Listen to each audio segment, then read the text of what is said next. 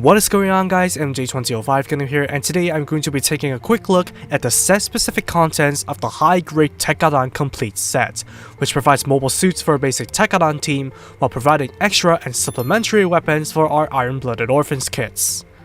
The parts that make up the set exclusive contents are made up of 3 runners and a large sticker sheet, on top of the 5 runners from the previous weapon sets that supplement the extra weapons and the Landman Roadie legs.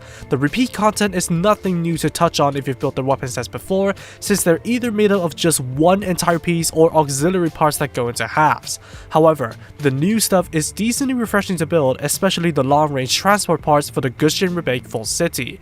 Of course, some extra cleanup work would be needed for the dark pieces, but what is essentially a minute add-on set, the build is definitely intriguing to say the very least. Now, apart from the weapons, you do get full kits of the high-grade Barbatos Lupus Rex, Gusion Rebake full city, Flauros Lusego, and the Landman Roadie, all of which I've made reviews for you to check out with the links in the cards.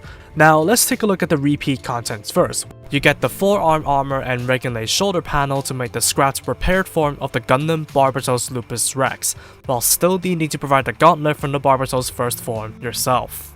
Moving on, we have the 4 rifles and the halberd for the Gusion Rebake full city, providing it with all of its weapons, and the short-barreled cannons, combat knives, and open hands for the Flauros, with stickers to supplement for the pink details.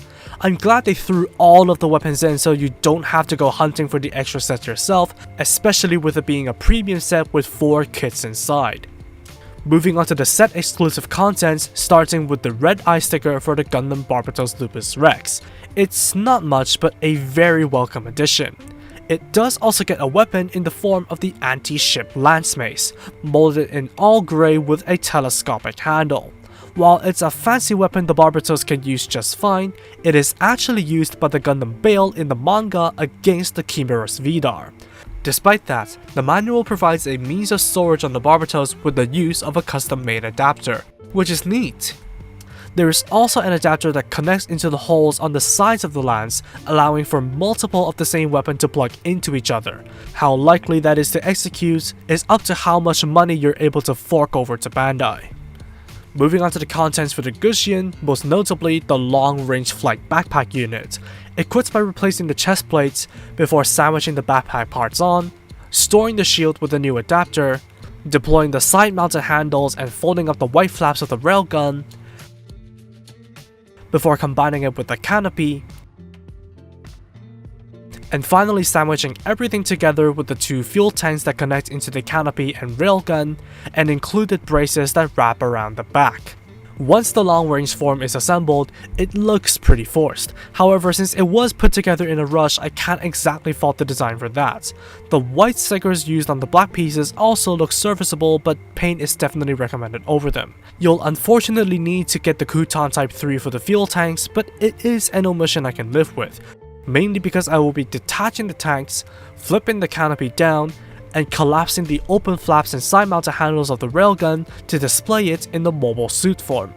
Personally, I am a bit 50-50 on the look since the armor is even heavier now, but I do like the black that is added onto the Gusion. Though the one thing that does it for me is the railgun usable with the flip-out handle, providing an alternate range option with superior firepower should you not want to use the 4 rifles. Lastly, while the backpack binders are very restricted, the sub-arms are still fully deployable, so you can provide the Gusion with some extra weapons for its long travels. Finally, you have the Dying Slave round for the Flauros, dubbed by Shino as the Super Galaxy Cannon to sound cool. I'd hate to disappoint, but it's simply the head of the round plugged into a new barrel for the railgun. It's as simple as that.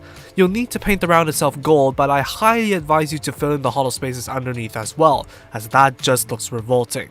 Just as revolting as how it's forever immortalized that the Gundam Flauros will miss its only shot.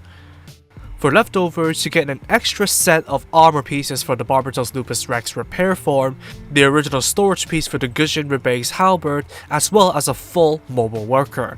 While not being particularly useful beyond backups, it's quite interesting that these are left over. The additional equipment of the high-grade Tekkadan Complete Set is definitely neat.